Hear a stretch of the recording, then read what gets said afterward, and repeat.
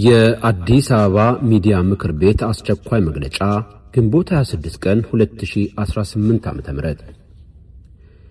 የኢትዮጵያና የአዲስ አበባ ሕዝብ እንዲሁም የዓለም አቀፍ ማህበረሰብ አስቀድሞ የተወሰነውን የምርጫ ተብዬ የሸፍጥ ውጤት እንዲቃወመው እንጠይቃለን።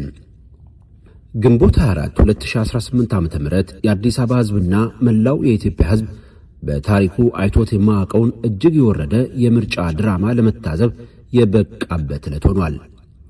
አገዛዙ ያዘጋጀው ይህ ሰባተኛ ምርጫ ተብዬ በትግራይ 100%፣ በአማራ ቢያንስ 80%፣ በኦሮሚያ በበርካታ አካባቢዎች በአጠቃላይ በኢትዮጵያ ደረጃ 45% በሚጠጋ አካባቢዎች በአስጊ ሁኔታ ወይንም ምንም ምርጫ ሊደረግ በማይችልበት ሁኔታ የተተወነ ድራማ ነው። አገዛዙ በምርጫው ድራማ ላይ ህዝባችንን በግድና በኃይል እንዲሳተፍ ለማስገደድ በእጅጉ የባዘነ ቢሆንም ከ18 እስከ 30 የዕድሜ ክልል ውስጥ ያለው የአዲስ አበባ ብዙሃን ህዝብ እና የአማራ ክልል ህዝብ ሙሉ በሙሉ ሊባል በሚቻል ደረጃ ያልተሳተፈበት ሁኔታ መከሰቱን፣ በኦሮሚያ ክልልና በሌሎች የሀገራችን አካባቢዎች ያለው ህዝብም በአብዛኛው በጣም የተቀዛቀዘ ስሜት እንደነበረው መላው ዓለም የታዘበው ሐቅ ነው።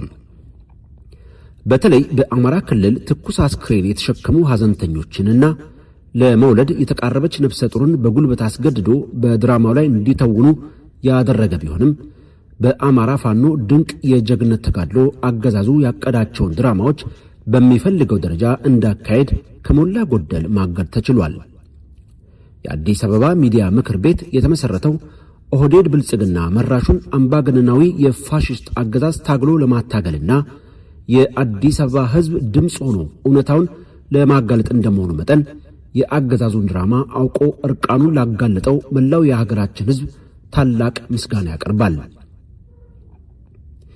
የአዲስ አበባ ህዝብ ሆይ፣ ሰኞ ግንቦት 24 2018 የተካሄደው ሰባተኛ ምርጫ ድራማ ዓለም አቀፍ የምርጫ ሂደቶችን መስፈርት ማሟላት ሳይችል ቀርቶ የከሸፈ ቢሆንም አገዛዙ ነፃ ምርጫ የተደረገ ለማስመሰል አስቀድሞ በወጠነው ሴራ በአዲስ አበባ በሚገኙ 15% የምርጫ ወረዳዎች እጩ ባለማቅረብ ተቃዋሚዎች ምርጫ አሸንፉ ብሎ የሐሰት ፕሮፓጋንዳ የሚሰራበትን ሁኔታ አመቻችቷል። በዚህም የምርጫ ድራማ ተቃዋሚዎች ተወዳድረው ያሸነፉት የምክር ቤት ወንበር እንደሌለና ከአገዛዙ በስጦታ የተቀበሉት መሆኑን ለአፍታም መዘንጋት የለብህም። በዚህ ምርጫ ድምፅህ አልተሰማም፣ በውጤቱም አልተወከልክም። ሕዝባችን ሆይ፣ አገዛዙ በአዲስ አበባ በተለየ ሁኔታ ባሰፈነው አፓርታይድ ስርዓት ላለፉት 8 ዓመታት የፈጸመብን አሰቃቂ ወንጀል ለተጨማሪ 5 ዓመታት ለማስቀጠል አይኑን በጨው አጥቦ መጥቶብሃል። ይህ የምርጫ ድራማ ለህልውና ትግልህ ቆርጠ መነሳት እንዳለብህ ጥሩ ማሳያ ነው። በህልውና ትግልህ የአዲስ አበባ ምክር ቤት አብሪ ኮከብ ሆኖ ከጎንህ ይቆማል።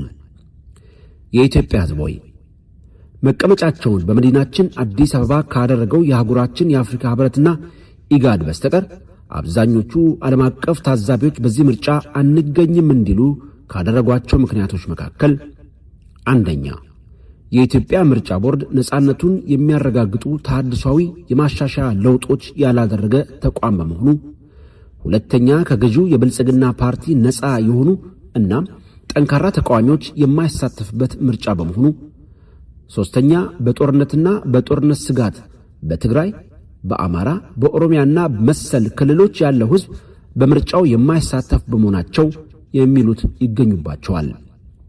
ይህም ሆኖ ግን አገዛዙ የዓለም አቀፉን ማህበረሰብ ለማሳሳት ሴራ ከመወጠን አልተገታም። በዚህም መሰረት በሀገር አቀፍ ደረጃ በ48 የፌዴራል ፓርላማ የምርጫ ወረዳዎች እጩዎችን ባለማቅረብ ተቃዋሚዎች በበርካታ ወንበሮች አሸነፉ የሚል የድረ ምርጫ ፕሮፓጋንዳ ለመስራት ተዘጋጅቶ ይገኛል። የኢትዮጵያ ህዝብ በዚህ የሐሰት ፕሮፓጋንዳ እንዳትዘናጋ። ስጦታ የተቀበለ ተቃዋሚ እንጂ ተወዳድሮ ያሸነፈ የለም። በዚህ ምርጫ የኢትዮጵያ ህዝብ ድምፅ አልተሰማም፣ አልተወከለምም።